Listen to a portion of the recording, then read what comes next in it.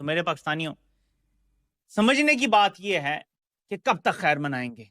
टेटवा दबाना शुरू कर दिया तो मेरे पाकिस्तानियों कब तक खैर मनाएगा। दिन गिने जा चुके हैं इंशाल्लाह। तो इसके लिए आगे कुआं है, पीछे आग है। अब मेरे पाकिस्तानियों, जब अमेरिका डू मोर कहता है ना, तो आपके पास ऑप्शन खत्म हो जाते हैं। अमेरिका ने डू मोर कह दिया है और इनके पास ऑप्शन खत्म हो गए हैं। They are running out of option. तो मेरे पाकिस्तानियों, समझने की बात यह है कि कब तक खैर मनाएंगे। इधर सरमाकारी नहीं आ रही, उधर ट्रंप ने टेटवा दबाना शुरू कर दिया। तो मेरे पाकिस्तानियों कब तक खैर मनाएगा। दिन गिने जा चुके हैं इंशाल्लाह। ये अगर ये कर गया काम, क्योंकि मुझे लगता है कर जाएगा, फौज भेज देगा, ये ज्यादा फंसेगा। ये अपनी फौज के अंदर गैर मकबूल होगा और ज्यादा। तो इसके लिए आगे कुआं है, पीछे आग है। ये तायात वाली कहानियां इधर ही रह जाएंगी। अब इन साहब ने सभी कुछ कह दिया, छोड़ा कुछ नहीं इन्होंने, लेकिन इन्होंने 2-3 शब्द इस्तेमाल किए। तो टेटवा दबा लिया, मतलब कि ग्रिप में है ये आदमी अभी ट्रंप के। और अमेरिका, इन्होंने कहा, मुझे जो सबसे पसंद आया डायलॉग त्रिपाठी जी, कि जब अमेरिका कहता है डू मोर तो ऑप्शन नहीं होता, और वो ट्रंप ने कह दिया डू मोर, मतलब फौज भेजो तो भेजो। नहीं, आप लोग कह रहे हैं कि टेटुआ दबा दिया है, मतलब कि बहुत दबाव में। दबाव नहीं होता है, वो अचानक दिन से हलक, बड़ी विचित्र स्थिति हो जाती है। मतलब ये जो कह रहे हैं, तो देश ही की स्थिति वही है। वो कोई आसिम मुनीर का नहीं टेटुआ दबा दिया है, वो पाकिस्तान का है हाल ये। और अब आप क्या कहेंगे? आप तो बड़ी बड़ी बातें करके चले आए हैं। आप तो ये कह रहे थे कि हमारे पास लड़ाके बड़े शानदार हैं, हम तो देखिए सब कुछ हमारी तैयारी है, बस पैसा थोड़ा देते जाओ। तो जब काम का बयाना आपने ले लिया, तब तो आपको कुछ भी करके करना पड़ेगा। जैसे कहते हैं ना कि भाई बयाना मत पकड़ो अगर ताकत नहीं है। पैसे लिए हैं, साफ साफ लिए हैं। वही तो मैं कह रहा हूं, डॉलर जब ले लिया, $1.25 बिलियन का इन्वेस्टमेंट माइनिंग में लिया है, तो फिर कुवत हो या ना हो, आपको करना तो पड़ेगा। अब किस हाल में करोगे, कैसे करोगे, उसका पाकिस्तान में क्या स्थिति बनेगी। और मैं बार बार कह रहा हूं कि देखिए, हालात कुछ ऐसे बन रहे हैं कि ये मुल्क जो है ना, वो इतिहास बनने जा रहा है। ये जिस तरफ जा रहे हैं, ये बीच बीच में थोड़ा रुक जाता है मामला, लेकिन हम तो इस मामले में ट्रंप को, जिसको कहते हैं, फुल मार्क दे रहे हैं। बहुत अच्छा काम कर रहे हैं वो। नहीं करना चाहिए अमेरिकी राष्ट्रपति को एक आतंकवादी मुल्क के साथ, लेकिन अच्छा है जब वो पीक पर ले जाएंगे तभी तो वहां पहुंचेगा ना। इसलिए पहाड़ी की चोटी पे ले जा रहा धक्का देने। मैं इसीलिए कह रहा हूं, थैंक यू ट्रंप, इस मामले में तो अच्छा है। ओके, चलिए अब एक दूसरी खबर साहब, ये मुझे बड़ा इंटरेस्ट आया इस खबर में। यूजुअली प्राइम मिनिस्टर के फॉरेन दौरे अगर बड़े देशों में होते हैं तो ज़्यादा इंटरेस्ट होता है, छोटे देशों में जाते हैं तो हम लोग भी कम बात करते हैं।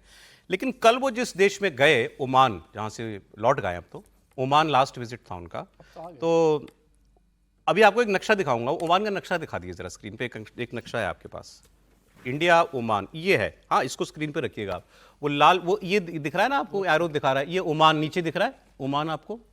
तो हमसे कितना दूर है ये? कुछ भी नहीं। बीच में क्या है? सारा समंदर, सी। ये फ्री एक्सेस है आपकी, फ्री एक्सेस, आप कोई प्रॉब्लम ही नहीं है इसमें। बीच में ऊपर क्या दिखाई दे रहा है हरे रंग का? ग्वादर, पाकिस्तान। पाकिस्तान के नीचे 2 शहर होते हैं, एक ग्वादर और एक कराची। दोनों जगह इसकी पोर्ट्स हैं। और उसके बगल में क्या है? ईरान। ईरान में नीचे क्या है टिप पर? Chabahar port. आओ इससे सारा खेल समझ लीजिए। ओमान के साथ आपका फ्री ट्रेड एग्रीमेंट हो गया है, फ्री ट्रेड एग्रीमेंट कल ही। और फ्री ट्रेड एग्रीमेंट का मतलब है 98% सामान दोनों देशों का बिना किसी टैरिफ और टैक्स के एक दूसरे के देश में जा सकता है। और ये नजदीकी थी आपकी, इसका बहुत बड़ा इंपैक्ट होने जा रहा है।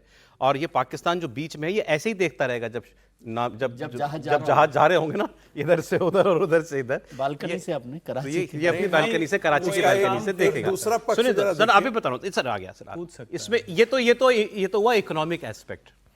पाकिस्तान के एक पत्रकार की प्रधानमंत्री की ओमान विजिट पर दूसरी चिंता थी। उन्होंने कहा कि अभी तो इन्होंने ये फ्री ट्रेड एग्रीमेंट किया है, अब ये थोड़े दिनों में मिलिट्री कोई एग्रीमेंट करेंगे और फिर वो वहां ओमान में बैठ के तुम्हारे ग्वादर को रोज देखेगा। गलत। तो मोदी को ओमान के अंदर बड़ा हिस्टोरिक वेलकम मिला है। नॉर्मली ये ऑप्टिक्स मुसलमान दुनिया के अंदर, पाकिस्तान के अंदर एक डिफरेंट एंड से देखे जाते हैं, क्योंकि पाकिस्तान ने हमेशा ये चाहा है कि मुसलमान दुनिया इंडिया को कश्मीर के लेंस से देखे। देखिए, इंडिया के जो स्ट्रेटेजिक इंटरेस्ट ओमान के अंदर है ना, वो सिक्योरिटी ड्रिवन। इंडियन नेवी और ओमान के जो नेवी है वो they can help each other and above all Oman can give an early warning दे सकती है in terms of disruption in case of this major choke point.